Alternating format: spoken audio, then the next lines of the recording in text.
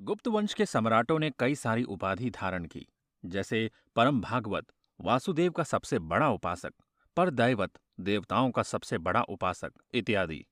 गुप्त साम्राज्य कई प्रांतों में बटा हुआ था। इन प्रांतों को देश कहा जाता था। ये एक गवर्नर के अधीन होता था। सम्राट की सहायता के लिए मंत्रियों का एक समूह हुआ करता था। मंत्रि परिषद में जो सबसे ऊंचे स्थान पर होता है उसे संधि विग्रहक और महासंधि विग्रहक कहा जाता था। ये विदेशी तथा दूसरे राज्यों के साथ संबंधों के विषय में फैसला लेते थे और युद्ध की शुरुआत व समाप्ति की घोषणा करते थे। कई अभिलेखों में दंडनायक और महादंडनायक की भी चर्चा है। एक मुहर जो कि वैशाली से प्राप्त हुई है, उसमें अग्निपुत्र नामक एक महादंडनायक का नाम लिखा हुआ है। इन अभिलेखों में सेना के उच्चतम अधिकारी के तौर पर बलाधिकृत और महाबलाधिकृत की चर्चा देखने को मिलती है। गुप्त वंश के अभिलेखों में किसी सेनापति का कहीं जिक्र नहीं है। उस वक्त में राजा की शाही सुरक्षा के लिए सैनिक हुआ करते थे और भोजन बनाने के लिए एक प्रमुख रसोइये हुआ करते थे। उस वक्त भी राजा के राजस्व का स्रोत प्रजा ही थी। नगर के लोगों द्वारा कर के रूप में शुल्क दिया जाता था। वहीं कृषि वर्ग कभी कभी फसल और गांव में आने वाले अधिकारियों के जानवरों के लिए चारा दिया करते थे। नारद स्मृति के अनुसार जिस तरह ग्वाला गाय की सेवा करता है और कभी कभी उससे दूध लिया करता है, जिस तरह माली पौधों को पानी देता है और समय आने पर उससे फल की प्राप्ति करता है, उसी प्रकार राजा को भी अपनी प्रजा की सेवा करनी चाहिए और समय पर उचित कर लेना चाहिए। प्रजा राजा को अपनी सुरक्षा के लिए कर देती है। किसी भी धर्म में 4 प्रकार के दानों की चर्चा है: उपवनों का दान, स्वर्ण का दान, गौ का दान और भूमि का दान।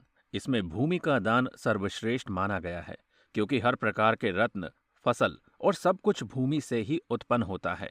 उस वक्त के ग्रंथों में ब्राह्मणों को भूमि दान करने के लिए बार बार प्रोत्साहित किया जाता रहा है। महाभारत में भी एक समय पर भीष्म युधिष्ठिर से कहते हैं कि ब्राह्मणों को कर मुक्त रखना चाहिए, क्योंकि ब्राह्मण उनको भी देवत्व प्रदान कर सकते हैं जो देवता नहीं है। इसका मतलब है कि वह देवताओं का पद किसी और को भी प्रदान कर सकते हैं। एक सम्राट केवल तभी तक राज्य का शासन कर सकता है जब तक उसे ब्राह्मण समाज का समर्थन प्राप्त हो। अर्थशास्त्र के ग्रंथ में राजकीय आदेशों पर बसाई गई ब्राह्मणों की बस्तियों के बारे में पता चलता है। ये सुनिश्चित जानकारी मिलती है कि उस वक्त ब्राह्मणों को कुछ विशेष अधिकार प्राप्त थे तथा उन्हें करों से भी मुक्त रखा गया था। उन्हें जो भूमि प्रदान की गई थी वो राजस्व से मुक्त थी। कर्नाटक के क्षेत्र में ब्राह्मणों को अनुदान में देने वाली भूमि की परंपरा की शुरुआत 2री शताब्दी से हुई और 7वीं शताब्दी के बाद इसमें काफी बढ़ोतरी हुई। एक नागरिक की जीवन शैली। उस वक्त एक नागरिक जीवन शैली कुछ इस प्रकार थी। अपनी शिक्षा पूरी करके एक पुरुष गृहस्थ जीवन में प्रवेश करता है। वो एक ऐसे स्थान पर अपना घर बनाता है जहां जलाशय और बगीचे हों। वो अपने घर में 2 शयन कक्ष बनाता है। सुबह उठने पर हर दिन वो दांतों की सफाई और स्नान करता है। हर दूसरे दिन वो हाथों में तेल लगाता है। हर तीसरे दिन वो साबुन से नहाता है तथा हर चौथे या 5वें दिन वो अपनी दाढ़ी बनाता है। वो भोजन करता है और भोजन के पश्चात तोता और मैना से बात करता है। मुर्गों की लड़ाई देखता है। इसके अलावा कई अन्य प्रकार के खेल तथा कलाओं में शामिल होता है। शाम के वक्त वो संगीत को सुनता है या बजाता है। रात के वक्त वो इत्र और गुलाब से तैयार बिस्तर पर उस औरत का इंतजार करता है जो उससे मिलने के लिए मचल रही होती है। उस वक्त राज्य में प्रचलित मुहर, शिल्प, व्यापार और व्यवसाय के प्रचलन को देखकर ये कहा जा सकता है कि नगर उन्नतिशील हुआ करते थे। धातु की बात करें तो उस वक्त लोहे का कार्य बहुत हुआ करता था। सिक्के ढालना, धातुओं पर कुछ लिखना, टेराकोटा बनाना और काष्ठ कला विशेष शिल्प के अंतर्गत आते थे। इसके अलावा भवन और मूर्ति निर्माण भी हुआ करता था। कुछ अभिलेखों में सूत पर कार्य करने वाले कारीगरों का भी जिक्र है।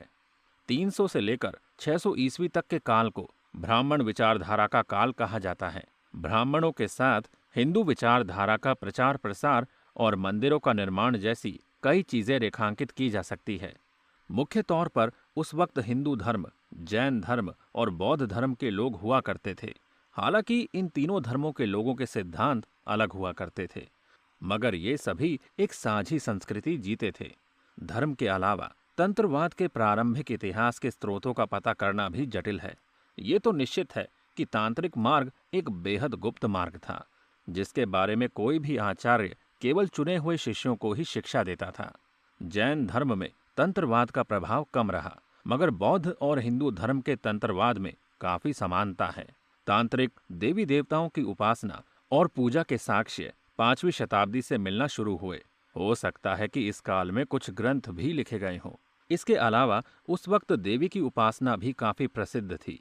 दुर्गा और पार्वती की पूजा करने वाला संप्रदाय भी हुआ करता था। मध्य प्रदेश के उदयगिरी की गुफाओं पर दुर्गा के अलग अलग रूपों का चित्रण किया गया है। देवियों से जुड़ा हुआ सबसे महत्वपूर्ण पहलू मातृत्व भाव का था।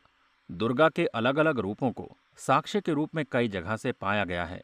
गुप्त वंश में सिक्कों पर शेर पर बैठी एक स्त्री का चित्र हुआ करता था, जो शायद दुर्गा का ही रूप था।